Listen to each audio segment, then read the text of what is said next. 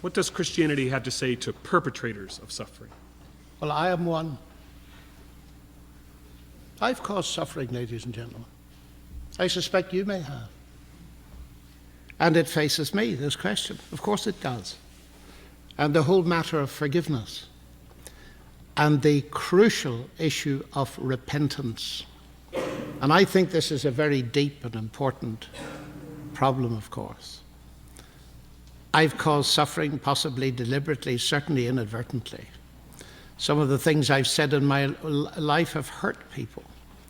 And therefore, before I start talking about the great perpetrators of suffering, I bring it right down to myself. What about me? And this is, of course, again, forgive me, but this is what we're talking about tonight, where the Christian faith is very real to me. I am a forgiven man. The biggest thing in my life is that awareness that all the things I've done wrong, Christ died for them, and I've been forgiven them. And therefore, that puts me under an obligation to repent and forgive other people. Now, the dynamics of that are very important. It seems to me repentance is very necessary before there can be forgiveness. I come from a country where some poor woman is faced with a microphone and she's just had her daughter murdered by a terrorist. And the reporter says, "Now you're a Christian, do you forgive her?"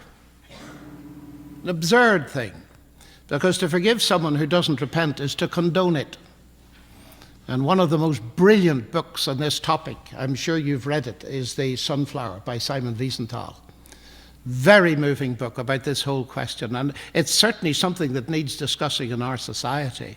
And it flows out of this. If I've been causing suffering, then I need to do something about it. And I may need to go to my wife and children and repent and ask their forgiveness. And that is just a little microcosm of the big thing in the relationship with the God who loves me.